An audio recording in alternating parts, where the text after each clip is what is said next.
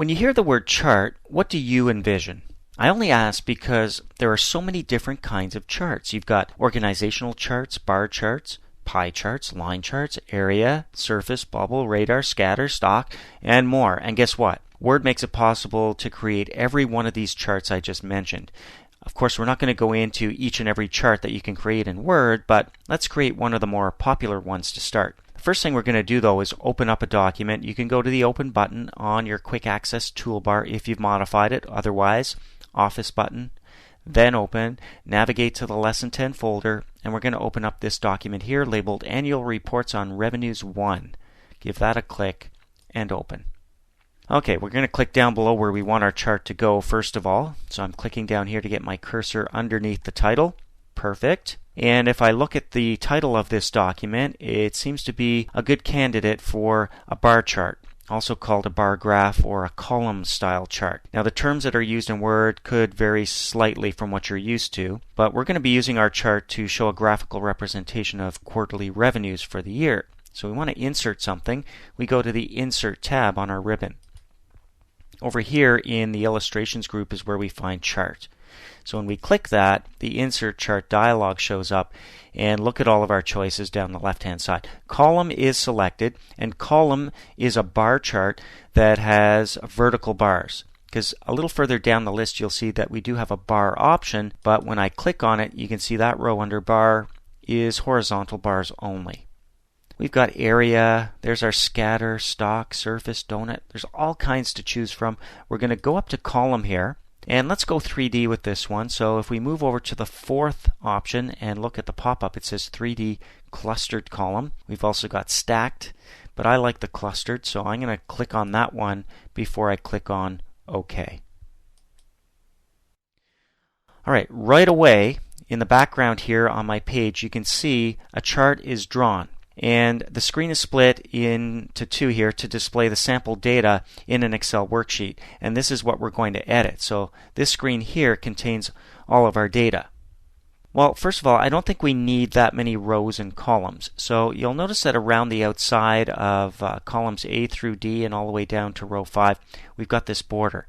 And in the bottom right corner, when I hover over it, I get a diagonal arrow. So this way I can click and drag to get the exact number of columns and rows that I need. So I actually want to have one more column. I'm going to drag out to the right, and the number of rows that I need is actually only 3. So I'm going to scroll up here with my mouse until I get 3. Okay, so make sure you've got column E and you want to scroll up. There we go. That's exactly what I want right there. So you can see the default data that's included in the background over here is just the first two categories, category 1 and 2, and I've got series 1, 2, 3, and 4, and some sample data in some of those cells. We're going to replace the data now. And what we're going to do is leave cell A1 blank, that's fine. Series 1, we're actually going to put in Q1, so our first quarter. Tab, with the tab key over, to put in, you guessed it, Q2, and we want Q3, and we also want Q4 in there. Okay, I'm just going to move down and over to the left using my cursor keys on the keyboard. Category 1, I'm going to change it to sales.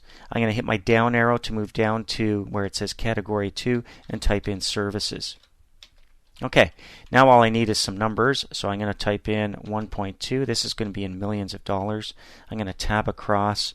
That's going to be 1.45.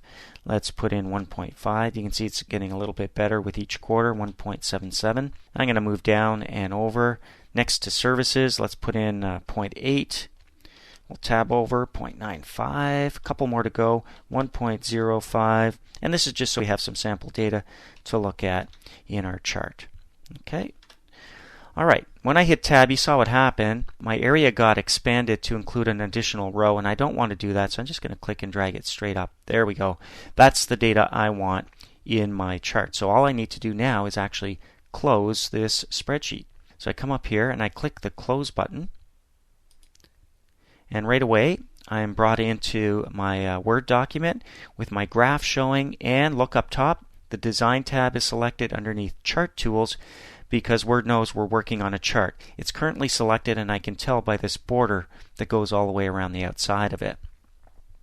Okay, This is kind of handy because we can simply change our chart styles now quickly if we wanted to by hovering over some of the selections here and selecting the one that we like best. And this color over here, this color scheme for Style 4, kind of goes with the theme of our Eat Cake company. So I'm going to give it a click to see what that looks like.